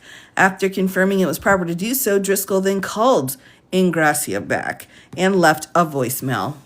Oh my gosh, everybody. Whew. The next day, on January 17th, Ingracia called Driscoll back and conducted a telephone interview. Driscoll asked Ingracia why he was being interviewed, to which Ingracia replied that it was for a high-level position at the FBI. Driscoll responded that he was already serving in a high-level position in the FBI. Ingracia did not elaborate further. The following is, in summary and substance, the list of the questions Ingracia asked Driscoll and Driscoll's corresponding response. This is where I wanted us to get tonight. Thank you, me Lily. I appreciate that. Yeah, he's bad news. He's bad news bears, everybody. That one is. All right, here's our question. How would you define the most significant threats to the United States? And then the FBI person's answer: cyber, T, or risk, counterintelligence threats posed by, I'm not sure if I can say, I'm just going to say it right, China, Russia, Iran, North Korea, Islamic State of Iraq, and Syria. This one and their affiliates with external operational capabilities, porous borders, the F word, and transnational organized crime, for example, the cartels. So that's an incredible statement, incredibly specific. Everything he needed here, there was like no extra words. He just said exactly what he wanted to say. You're most welcome, Carrie. Thanks for coming by. So that's the first response. And then the second question: what are your thoughts on the structure of the FBI? That's like a red flag right here. The structure of the FBI is a red flag, but it's like a cautious one. In order to constantly improve, any organization needs to evolve, and the FBI is no exception. Effective evolution with an improved or enhanced end state must be done with a measured and strategic approach. The FBI can be more efficient, nimble, and field-focused with a deep understanding of the nuanced complexities of each area of responsibility of each field office. Well, that's pretty. That's a very well, I would call this sentence pretty, and I did. All right, so that's his answer. And then question number 3, who did you vote for? Who did you vote for?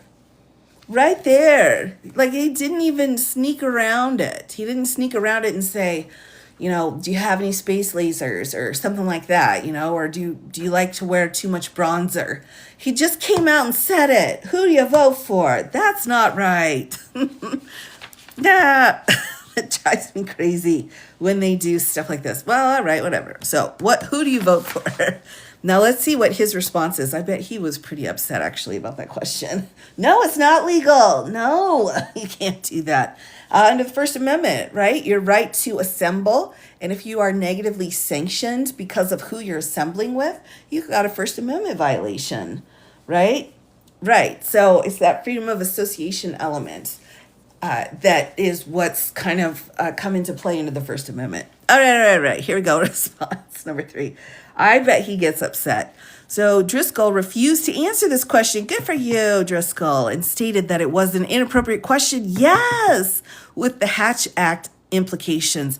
Absolutely, lest we forget the Hatch Act. Good for you, sir. Next question. Do you agree that the FBI agents who stormed Mar-a-Lago, to include the rank and file, should be held accountable? What the H is that? That's a crap question. Response: no. FBI personnel were doing their job in furtherance of court orders, legal warrants, and properly predicated investigations. Oh my gosh, I can't believe that. Imagine someone call up, hey, you remember what happened at Mar-a-Lago? I know, right, Kay? Right?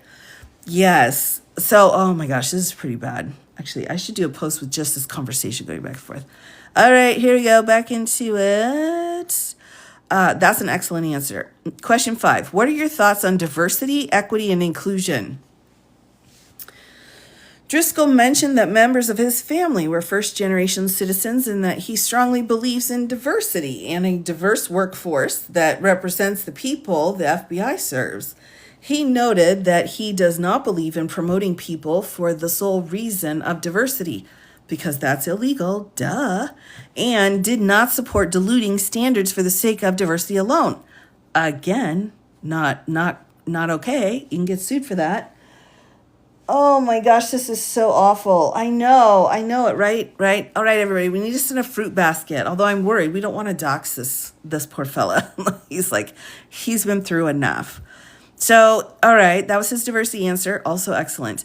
When did you start supporting President Trump? And then Driscoll refused to answer this question. Next, have you voted for a Democrat in the last 5 elections? He refused to answer this question. This set of questions is illegal. It's absolutely a violation of the First Amendment. It is. It really is. Exactly, VC. Gosh, I tell you, they can't move past it. Because it's like they figured it out and they figured it out wrong and they're just unwilling to go forward. Oh, I know. Yeah, it's bad. So we'll go a couple more paragraphs here to kind of wrap it up here tonight. So we're not just like hanging on a ledge, but goodness gracious. Yeah, exactly. No experience and loyalty questions, which is like creepy. That gives me creepy vibes. All right, after this final question, Ingracia ended the interview. Later that evening, Driscoll received a call from Bove. Driscoll understood that Bove was expected to be named acting Deputy Attorney General of the United States following the inauguration. Ugh. At the time of the call, Bove was a private lawyer who had just been part of Orange's criminal defense team, and he didn't do very good, if you ask me, but whatever. Bove asked Driscoll what happened on the vetting call. Whoa, look at that. So, like, Bove already knows something's going down, right? So what happened on the vetting call? To which Driscoll responded that he found Ingracia's questions to be highly inappropriate and political in nature, and that he, Driscoll, was not supportive of serving in any leadership role if it required him to pass a vetting assessment based on political views. That's an incredible sentence as well.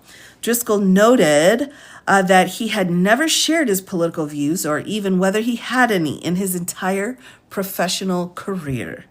Bove told Driscoll that if he failed the vetting interview, that Ingracia reported that Driscoll was combative and not based out enough.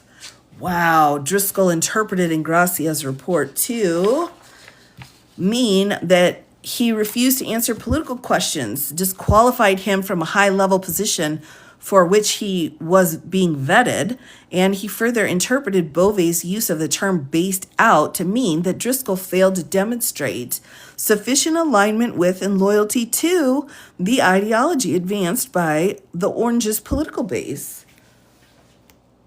Yeah, I mean, it means he did not have enough of the MAGA about him is kind of what I'm gathering. He doesn't have those elements there.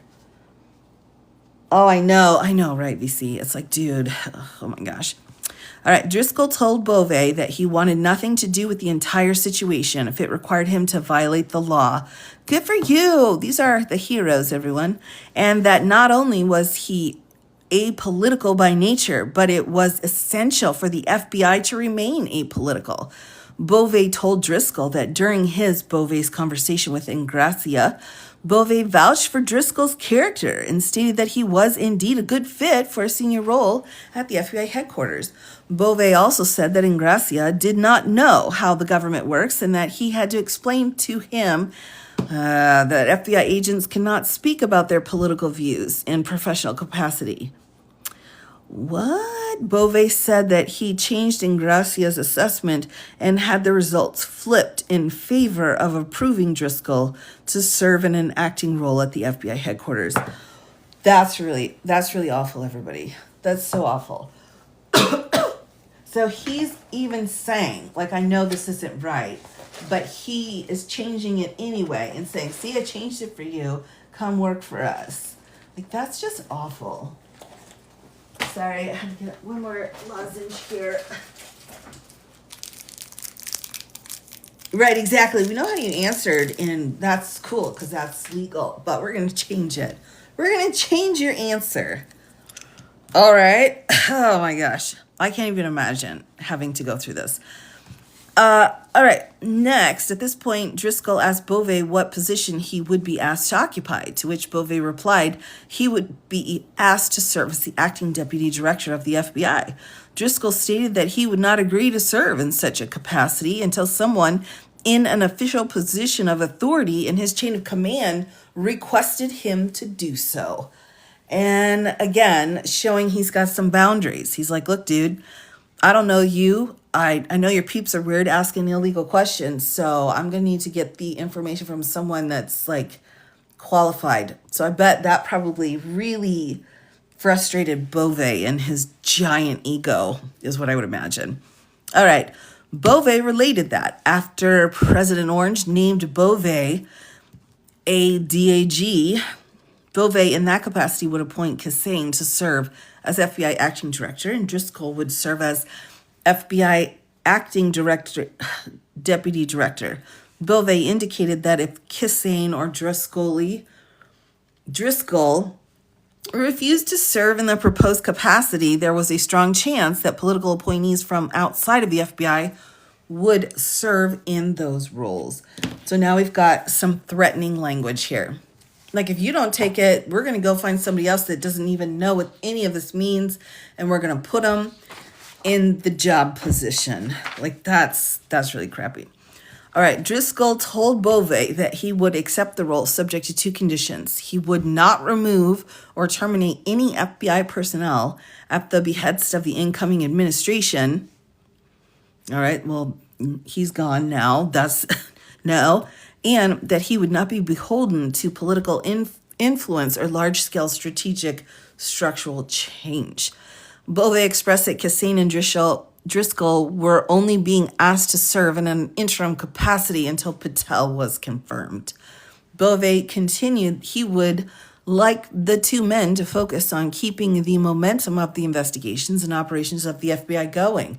And that's the first time I've heard any acknowledgement that they're actually doing stuff while all of this crap's being done, and assured Driscoll that he would not ask Kassane or Driscoll to fire anybody.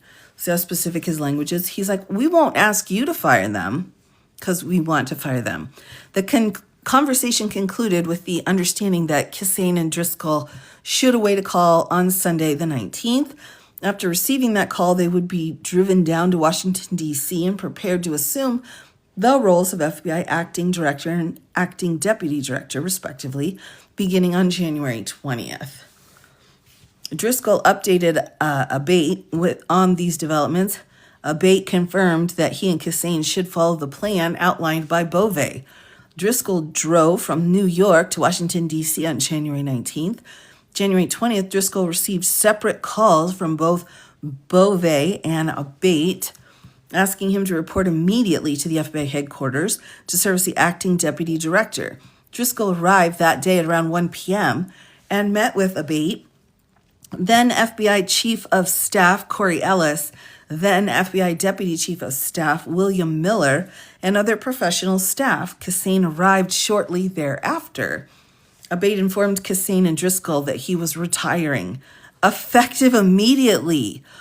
Oh my gosh, that's not great. Oh my gosh. He's like, great, I'm glad you guys are here. By the way, I'm leaving. Oh, what? That's a bad sign. He was retiring effective immediately. He conducted a brief turnover, mostly consisting of staff introductions and situational awareness, as Abate, Cassane, and Driscoll were sitting in the FBI director's conference room. Ellis came in and dropped a printed copy of the White House report announcing government interim component heads. Because somehow component heads is appropriate. Right.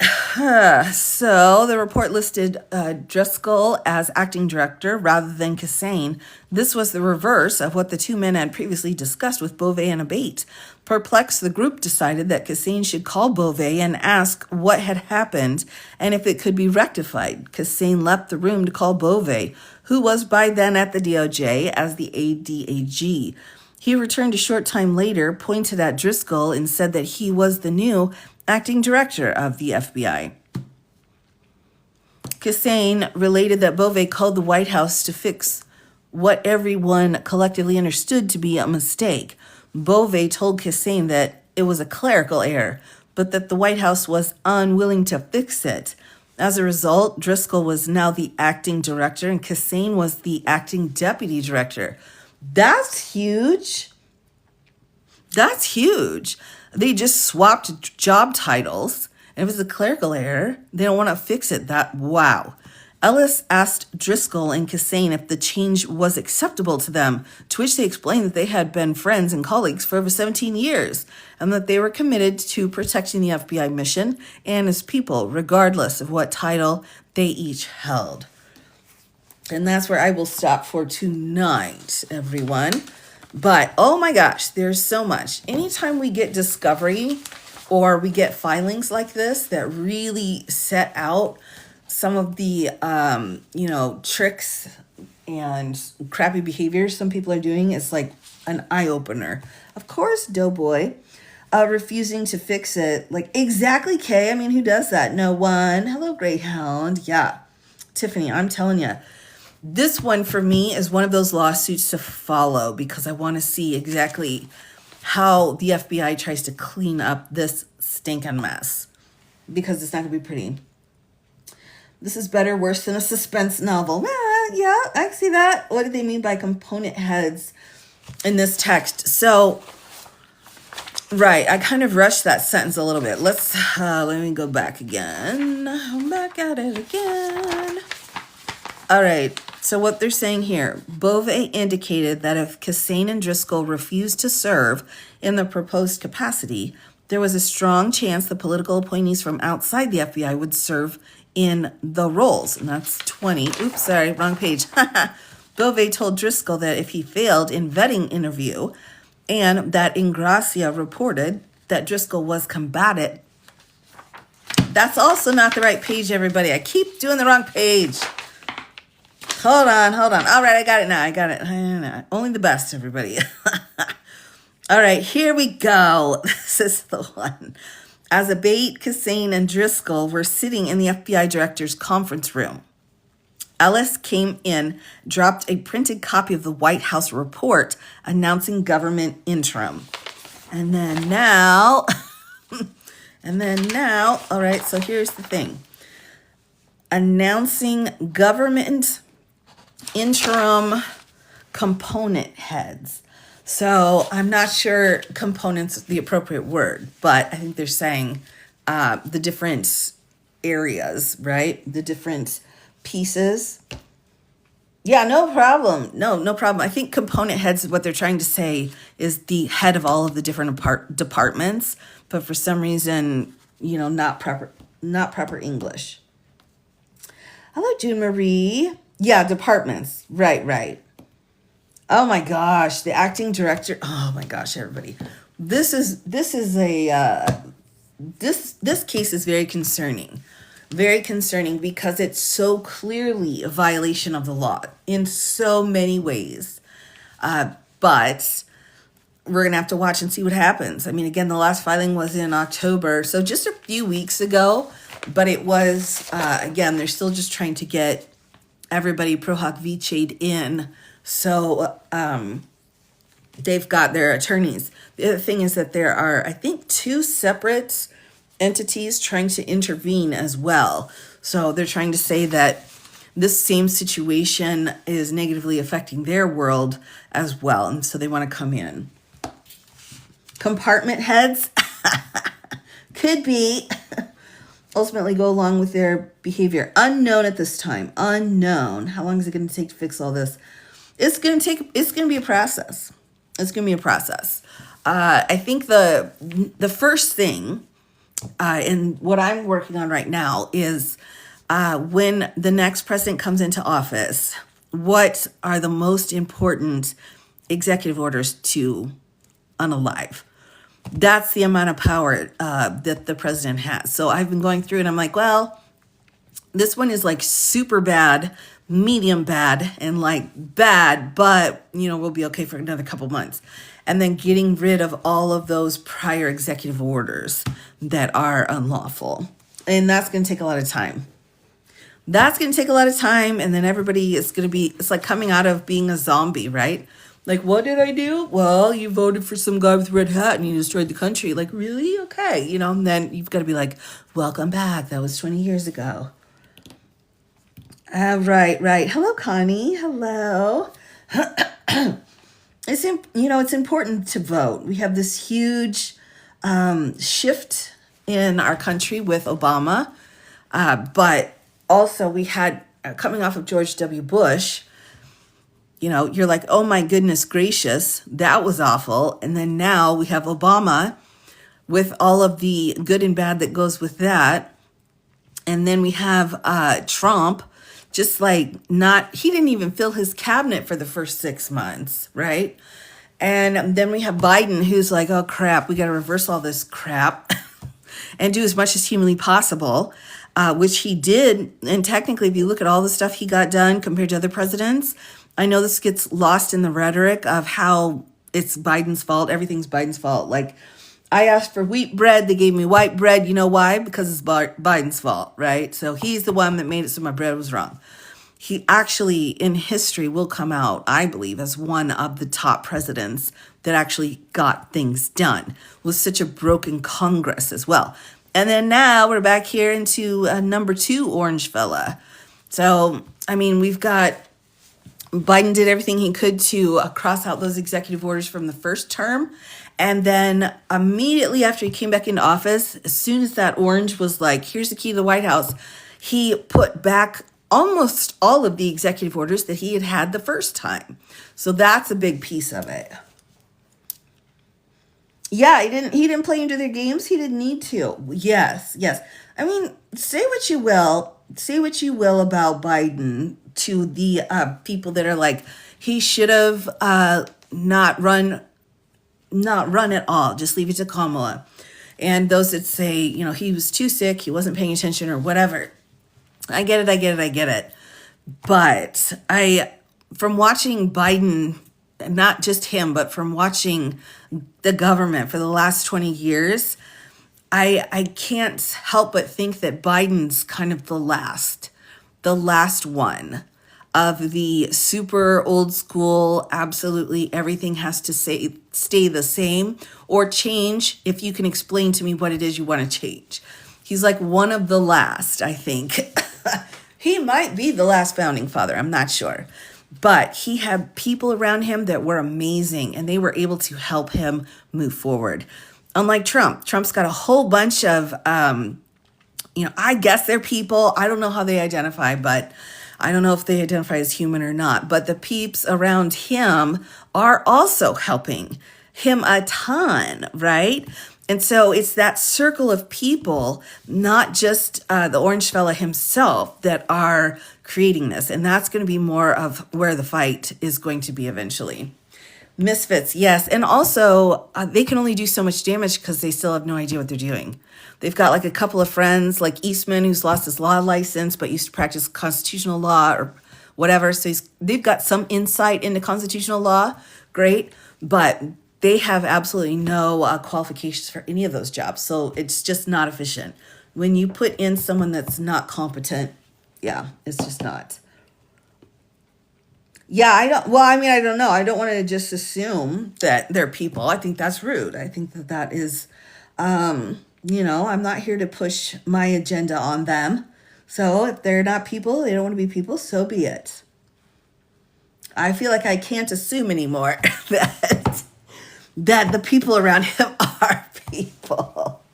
Ah, right. Even remotely qualified look like rock stars. I know, right? The lizard people could be. We don't know. Nothing's off the table now, people. Nothing's off the table in this land of crazy. But yes, just anyway. Yeah, so it's the people around him. So Biden's people, and then now we've got Mr. Orange's people, because Mr. Orange clearly is not. And some people are saying, well, he's fading quick, and I would say perhaps he's fading quick, but he was fading a year ago, and that didn't seem to be important. So I think now it's more like who's going to get to use the puppet is how I feel. Like this week, Steve Miller gets the puppet, and next week maybe the DOJ gets the puppet, or after that some kind of like rich Bitcoin person who's in prison wants a pardon. So now this week he's like the pardon puppet. So, it seems like they're just passing the puppet around as they go through these things, because he doesn't understand what he's saying. And that's not an intelligence. That's just you don't know. You don't know, nor do you care to find out. And I think it's a bit harmful, I think. Stern's whack back. Yikes. After emailing, yeah, he couldn't handle it. Exactly. Right. Hills are litter boxes. Well, I tell you what. Well, why not? Why wouldn't there be? Why not? This is what you want to do. You want to go in and just demolish the whole east wing of the White House, because that's going to gain you some kind of approval, even though everybody hates you. But let's just go ahead and do that. And then, let's have litter boxes everywhere, right? Because, who needs to wear pants? It's his house, right? No, it's our house. That's so frustrating. Right. Oh, yes. Post-Trump, they're like Giuliani, and that's very real possibility. That's, again, too, why we have these cases where, it's a complicated game here we're playing, because you push enough to force them to back down, so like tacofy it, but you don't push so hard that they double down and like attack. Because rather than double downing and just being like, all right, well, we're going to do what we want to do, and the other side being like, well, I guess you won, they set everything on fire. And so it's like, that's expensive, and that does a lot of damage. So we have to be careful. But if, as I've said before, with midterms coming in, if Congress flips, and I'm not going to say it is, or I'm not going to say just one or the other is going to flip, I'm saying if there's any kind of flippage occurring where the other party takes the power, a lot of these lawsuits could be resolved in like 3 months. 520 lawsuits, all about violations of the Constitution and violations of federal law. All of that could be taken by Congress. And Congress could also come in and revoke the emergencies that have been declared. And I'm not sure the orange fella understands that. When you declare a national emergency, it's only for a short period of time, by the way, BTW on that. But Congress has the power to say no, and then issue a counterpiece saying the emergency situation is over on each of those. So Congress could make huge changes if they were able to get the votes on the side that doesn't want to just watch it burn. You think he's done anything that... Yes, I do, Donna. I think that there are a few things that immunity will not protect him for. And we have to remember, though, too, the immunity case only applies to criminal acts. So has he done anything criminal that's outside, not within the scope of any of his presidential duties? So that's what you're going to be looking for when you're looking for some criminal ways to hold him accountable that would not fit in with that immunity. The other thing is, if there's a second party included in whatever actions he did, then it breaks immunity. So if he's getting together with a whole bunch of people from the Congress, right, like that little, I don't know, the little fella that closed up the government for a few weeks, if he's sitting and talking to them and they devise a plan together and that plan is something that's illegal, could be charged, you're like, well, I'm covered by immunity. You're not. He's only covered by immunity if it's his sole act. Nobody else is involved. If Congress is involved in anything he does, that breaks the immunity and he cannot use that as justification or an allowance. So if he starts breaking the law with Congress, boom, we've got grounds. Right, business is making himself filthy rich. Right. He continues on. Now, the other piece of that, too, is the civil piece. The civil piece is where they said official acts. That's where we got some of that language, and that's not been hashed out. So the civil side of it's been hashed out. You cannot sue the president for official acts that he's doing, right? So there's lots of reason you can sue him, but not if it's because he's just, doing what he has to do under the Constitution. That's the civil piece. What we didn't have was a criminal piece, and that's the immunity case that came out. And they said you may not charge the president with a crime if he is doing something as part of his official duties.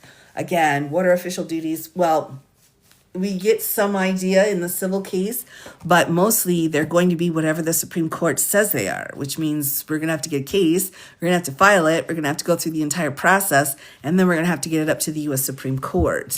So who knows what's going to happen there, because this is crazy town. Under the Constitution will be the determining factor on a lot, I think. I think you're right with that, and I think we're already seeing that in how the House SCOTUS is keeping or rejecting different certs and different pieces in the shadow docket. So that's where they can set their boundaries. And I've seen a couple of times where, I think the most recent one was the Obergefell situation. The Davis lady was like, blah, blah, I need to pay my bills, blah, blah. And so her whole case was just a bunch of crap. Like, it wasn't worth the paper it was on, because it just wasn't. All right. Trust me, bro, on that one. Time is short, my friends. Trust me, bro. So if the Supreme Court's like, we don't have time for this crap, and just kicked it out and was like, we're not doing anything with this because we don't have time. And so that's how they kind of set those boundaries around. Because she tried to kick Obergefell over to the Supreme Court so they could re-up on that issue and overturn themselves, which they could. But I think the entire court recognized this was not the case. This was not the case to try to do that. Line in his own pockets. Well, yeah. Oh, thanks. Mrs. Chandler Bong. Well, thanks. I try, I can be wrong, and sometimes I am wrong. And, then I need someone to tell me so that I can do it right next time. So for me, I'm just happy to be able to share and answer questions because, I think that's important for other people. It should be available for everybody. That's so sweet. I appreciate that. Trust me, bro, will do. I use limited Trust Me Bros, all right? Limited passes on that. But, yeah, we should be all right. Oh, yeah, that's right. Exactly. Well, sometimes, I don't know. I've been wrong a couple times. I've been wrong a couple times where I've had to go back and say, hey, can you say that again? Because that's not what I thought it was. And then whomever I'm talking to is like, blah, blah, blah, blah, blah. And then I'm like, wow, that is not how I learned it. I'm going to have to go back and take a look at that again because I learned it wrong and I got to, clean it up. So very important. Hope is hard, Edwin. Hope is hard to have right now because everything feels out of control. But I would say one of the things that, and perhaps it's because I am an attorney. I like to try to make sure I say I'm an attorney at least 50 times to people, right? That's the minimum. But for me, I can see where these laws and constitutional questions already have a history. They've already been decided. And you say, well, that might not mean much to the Supreme Court. True. But I've also read the cases where Thomas and Alito have set out what's okay and what's not okay. And so for me, I feel, and what's not okay is a bunch of crap. Don't get me wrong. But for me, if I don't see one of their top 10, we need to change this situation. If it's a different kind of case, then I'm not going to worry too much about it. Oh, you're welcome, Big Grandma. You're welcome. Yeah, I would say the biggest, I'm so happy to be here to help everyone. The biggest pieces, I think, of course, were the destruction of the USAID. I think probably the next one's going to be the destruction of the Department of Education without going through proper channels. Because, and I've said this before too, I think that this administration's kryptonite are procedural rules. That's their kryptonite. They're going to get tangled up. Mejanu, hello. Oh, thank you so much. I wish I could be on more, but alas, it is. It's, yeah. But, just kind of looking at it from a little different perspective. And again, the whole goal here, in my opinion, is to run out the clock. And to run the clock out so that we can prevent huge swaths of absolute destruction.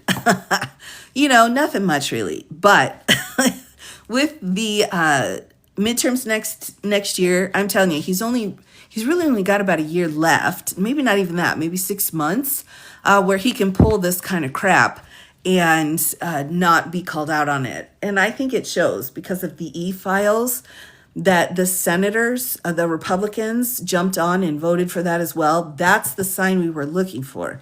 Is that case going to be the one that breaks everything? No, I don't think it's going to be one case.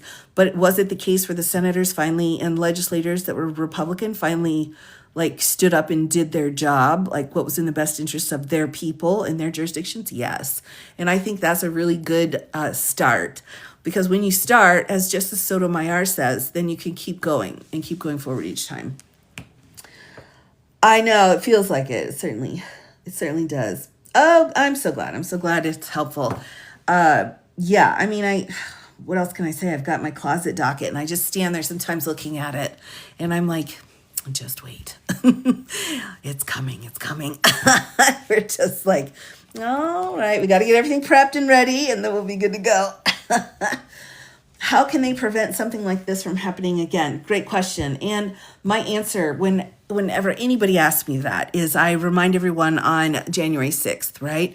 The issue at hand that was made very clear by the orange, was that the vice president could just reject the electors from those states that were in controversy.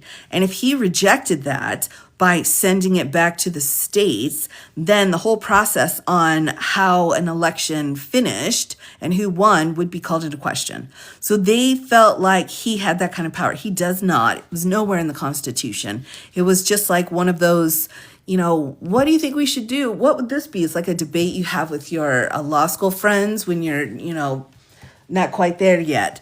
But then what happened after all of that was Congress came together and set out federal statutes clarifying, just very specific. The vice president is only in a ceremonial role.